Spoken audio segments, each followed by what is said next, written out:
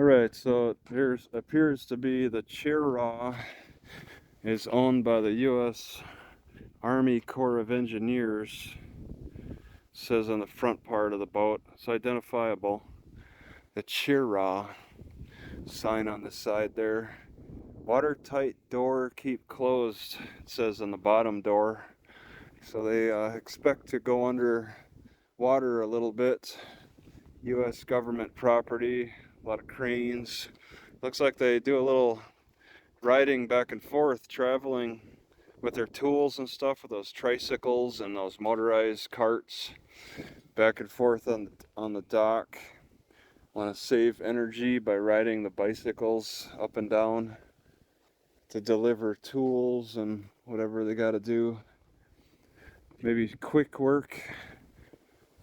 Yeah, that's interesting. I've never seen the Army Corps of Engineers have their own boat, have their own tugboat. But I guess, you know, they don't really put their equipment on display normally. It's just they just have to keep it parked over there. Let's see if I can get a look at this. Just a big office. Oh, and water goes inside like a garage in there. There's ports, and they got a boat parked inside, so they got enclosed parking for their boats in here, and they can close a garage door. I can see that through the window here in this building. A brick boat launch area. It's kind of rare to see it be brick. These big windows, very fancy. That's the Army Corps of Engineers. They make them. They do their own thing when they got the resources. But a big fence, big chain link fence, protects everything. So there's a high security. An American Legion canteen, a bar over there. Brady Park, Sulak, St. Mary's Fall Canal. Yeah, owned by the Army Corps of Engineers. They got rules for entry. Park is open 6 a.m. to 12, closed 12 a.m. More down this way, more fenced in area. Yeah, it's pretty neat, that building. It's unique for sure. They got their flag flying, Army Corps Engineers flag. I never really see that on display. And then the Tower Museum over here, they got observation area. I'm guessing it's a tower. I'd have to walk up to it and see the exact description for that building. So apparently they fished a lot of whitefish in this area. That's how the Indians survived around these parts. It's called Sault Ste. Marie. It's called something about rapids. So back in the 1600s, there was something about rapids. Jesuits named it. Jesuits from France. You get all kinds of information here to read about the history, catch up on the history. So the fort over here is looking like this in some way. Artist's conception of it, how it looked. And there was a reason they had it made to stop the trading with the British, to disrupt that. So they felt that was important at the time.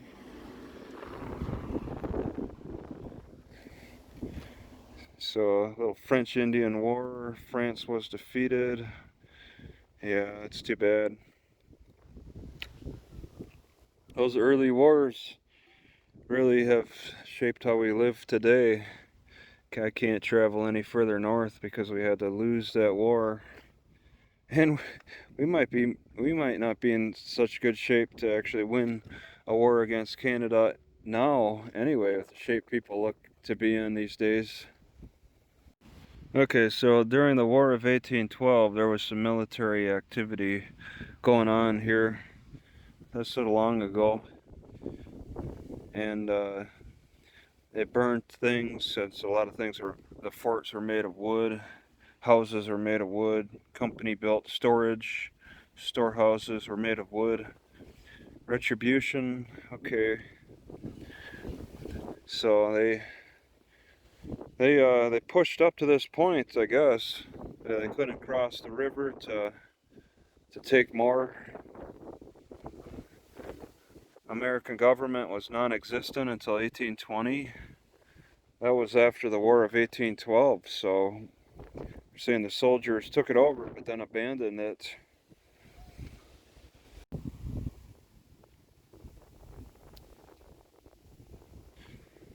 Cass sought a treaty with the Ojibwe, including a land cessation, but the Ojibwe, or the chief, opposed it and raised a British flag outside his wigwam.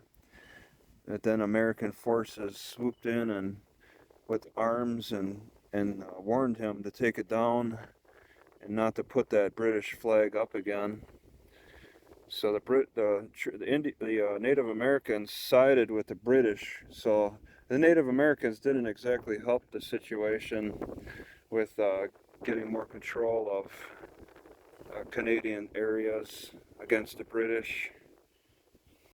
So this little open plot of land in 1890 had this big building, two smaller buildings, before cars, I believe. So that's interesting. It looks like nothing now.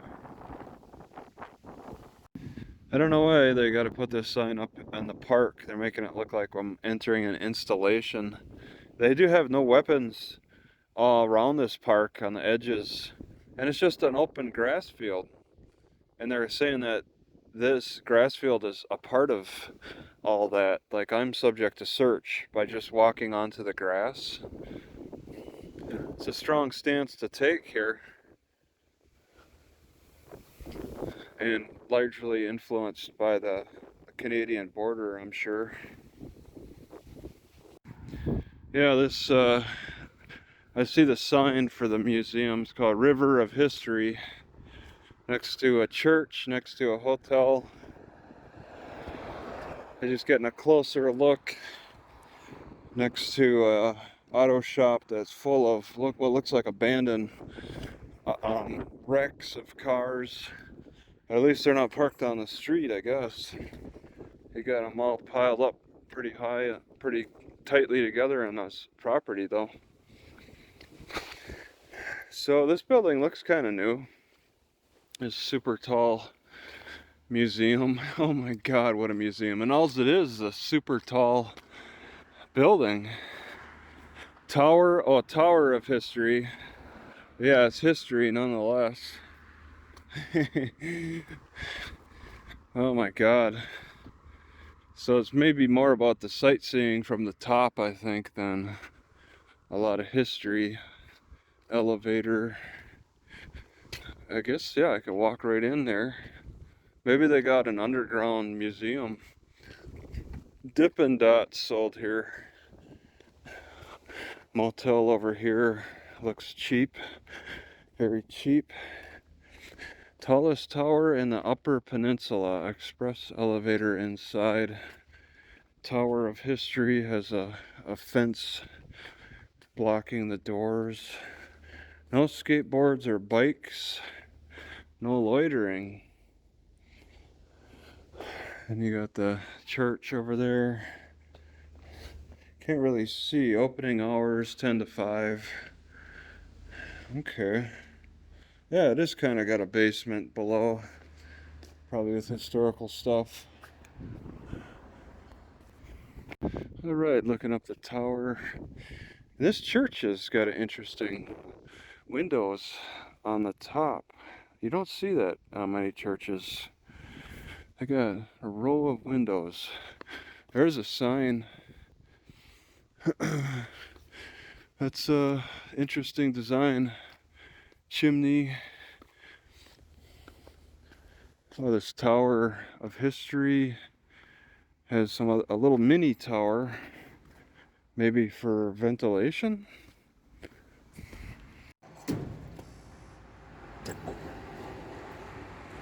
I saw forget your car wash today. Now this is actually a thicker battle rope, shipping rope. Very long, maybe 40 feet. I could cut it up, tie it as a knot, but still got loose somehow. And a toad was sleeping in there. I pull it and now it's out in the open. Wow, I've never seen a toad swim before.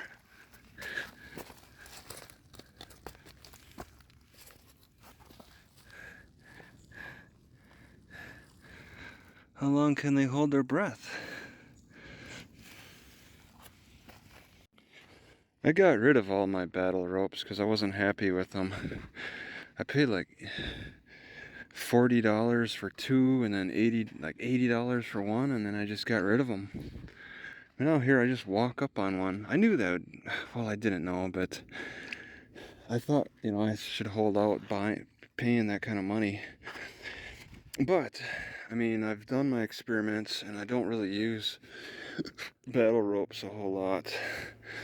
As tempting as this is to take, it's got the weight and it's thicker, and but it's wet. I don't think I should take it. It's very, very tempting. I look at it and I'm like, wow, this would be the longest yet, but it just takes up so much room in my car that I can't. I don't want to, but it is longer and free.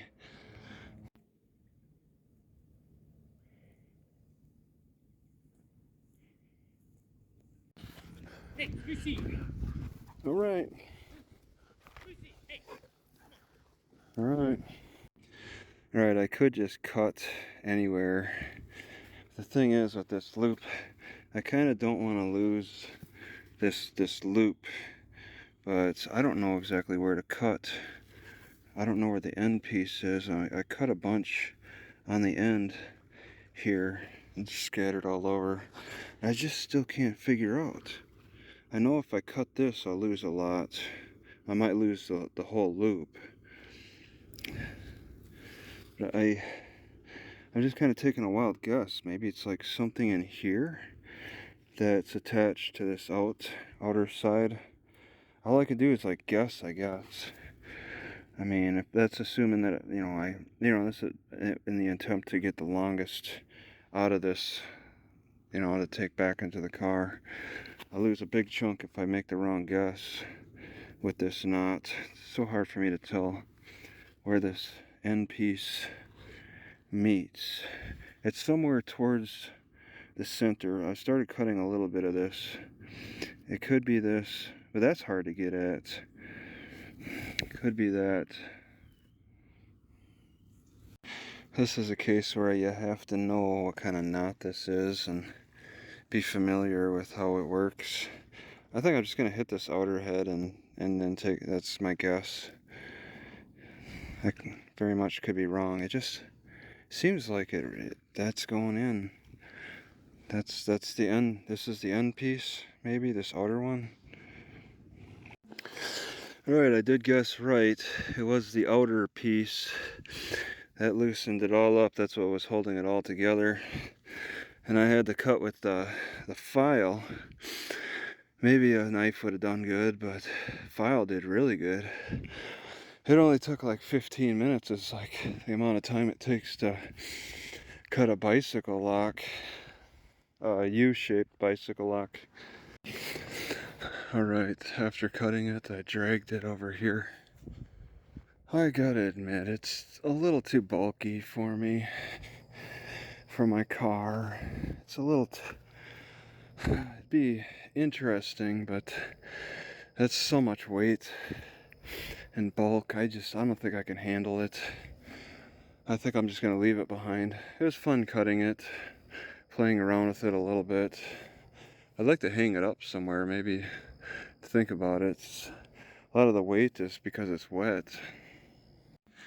The inmates are driving down this road in their unmarked van, slowly pulling into the park. Look at that. That is an unmarked van. I know it's the inmate van because they're pulling those stupid weed whackers. That's the guard driving them, and then the inmates in there, and they're parking in front of the bathrooms. I'll wait till they get out, and then I'll just suddenly have to go to the bathroom. I was actually gonna cover my windshield. Oh, they're getting out. How many this time? 2. Going right for the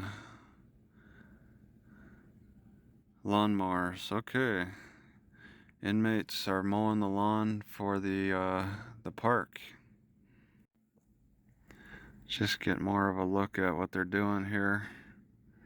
You can see that they're doing lawn mowing work, starting things up.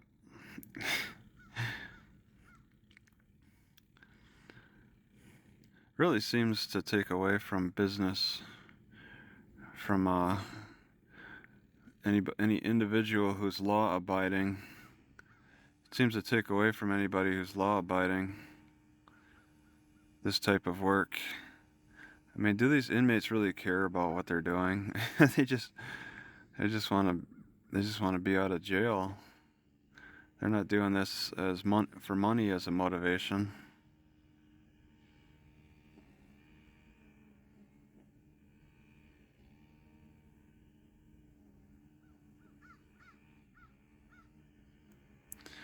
And they're gonna work their way towards my car. That's just awesome.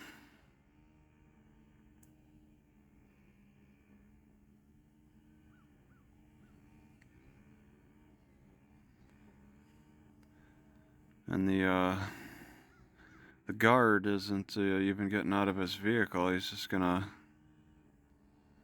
monitor from a distance.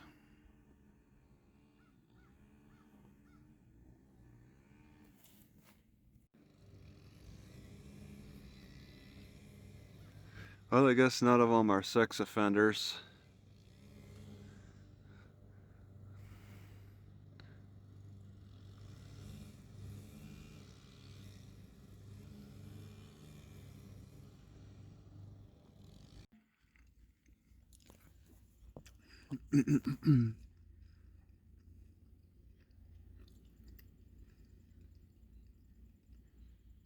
Oh, I thought he was gonna drive by me.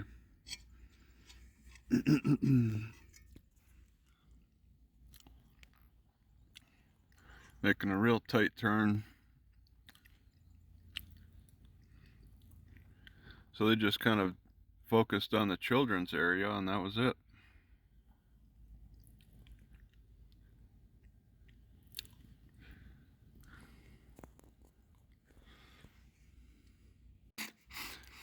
The future of prison labor is looking very bright.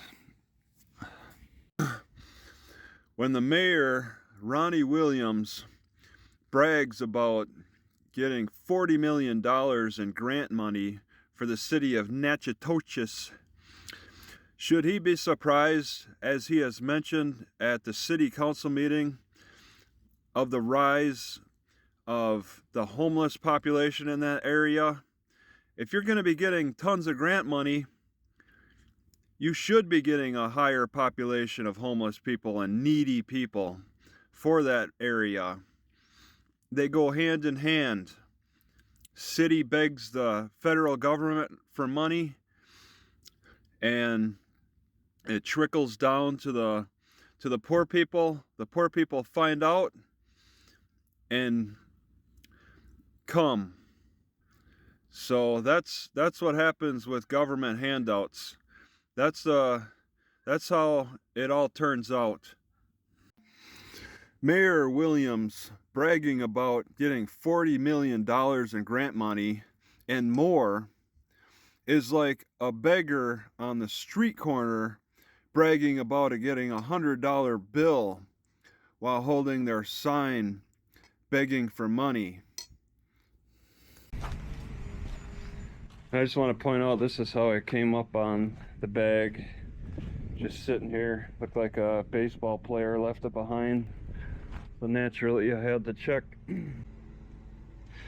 Also, I dug into his bag a little bit more in this little secret pocket compartment area and pulled out a big clip for a handgun with actual rounds in it.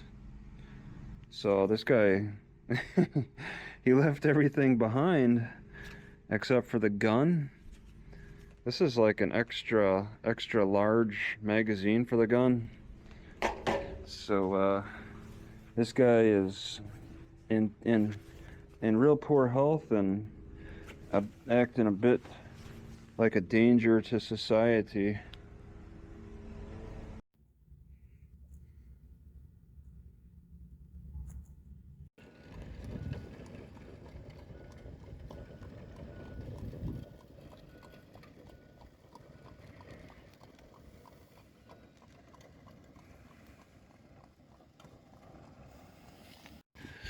Alright, I'm at Dunbar Park in the morning time here. They've cramped people together. Most of this river is private, and so, but I mean, yeah, they've been generous enough to allow some public for people to hang out. But I mean, it's looking pretty busy after 9. They got kayak launch and boat launch, but no real designation for people just to hang out. They don't seem to encourage that. They got a big sign that says no camping, no overnight camping. So that's their only rule. That's their biggest concern and their only rule. Looks like somebody can live over here and report. Just watch over this person's sleeping here overnight. Alright, so I actually bought a second pair of these, I don't know, pots, protectors when their pots are hot. Today I want to pop some popcorn. I want to cook 6 eggs. I don't have them on here yet. Toast bread and then fry these potatoes. It's a lot of stuff going on here, one after the other, and I'm thinking I should have another pot. I should have 6 of these maybe, because I think I'd like to double them up. When the pan is hot, I can have them sit on it. I do have one wooden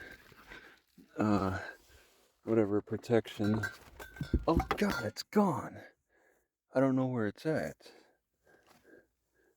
Oh, can't be losing things. Alright, so I was hiding in plain sight. One wooden, and when I spread this olive oil, it's still, you gotta be quick about it, because it'll collect in one spot. But I want, at the very least, to have 1 pad, but 2 I think would be ideal. To have a pad for each one of these, wherever I put them. I may not put them on the roof. So I could have one for each. Okay, ideally 2. So maybe I could go for 2 more. And then 2 for just handling everything, because 1 is not enough. These pans get too hot for just 1. So that's the thing, that's what makes me concerned about setting it on. I'm very okay with the wood protecting, but 1 pad might not be enough. It's not enough for handling, at least. I'm getting into the habit of adding basil, dill, and parsley into the popcorn, but it has a tendency to stick to the sides. Some is getting onto the popcorn though, and it's, a little extra vitamins. Alright, so I got the popcorn. I think the olive oil gives this a nicer crunch. Boiled these potatoes beforehand and then fry for the crunch. Toasted some bread. That's a hot pan still. And I screwed up with the eggs. I didn't put the flour on first, but I still want flour, so they go on second. This is a cold pan starting from a cold state. I broke the eggs up here. It was tricky. tossed them in the grass. I think that they'll blend in good. And this is it. Just waiting on eggs. Alright, I relocated. I learned that I was parked in the boat launch area, and this is the kayak launch. Kayak launch hasn't really gotten anybody. Boat launch is pretty busy, and it's free. So I'm in the sun again. It looks like I should get in the shade eventually. It's just a massive freighter going through the river.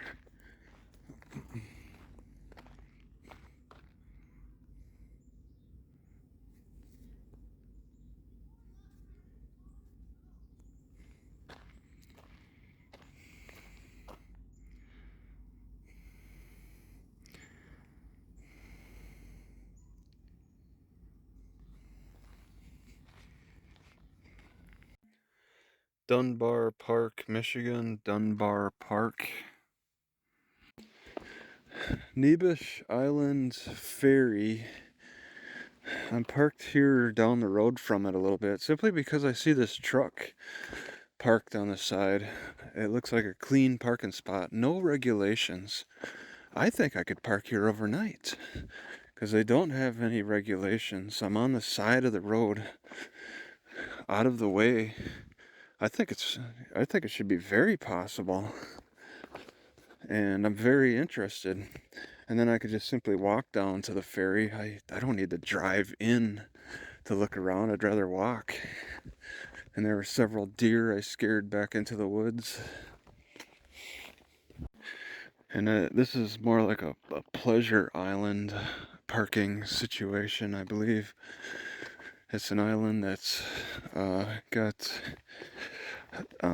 spots to hang out. I think Ferry lane, do not block driveway, no parking. Okay, and they're talking about this driveway. Somebody lives over here. There's a deer watching me. This is probably a house. They support Trump. Okay. Alright, this is, yeah, probably private, so I can't likely walk there. Oh, they got a bathroom. Yeah, I didn't feel like walking up all the way if I don't need to. They got parking on the side. I just hang out. Got bathrooms I can inspect. 2 people are here. Ooh, they look like government workers. Coast Guard?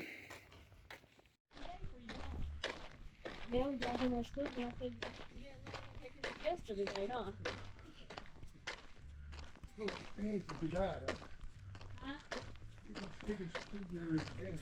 Oh yeah, I doubt it. That's short-term memory there. Hello. Hey, yeah.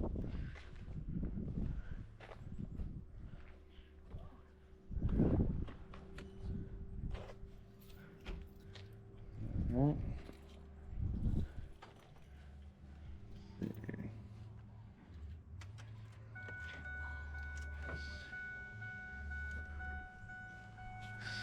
okay, whatever.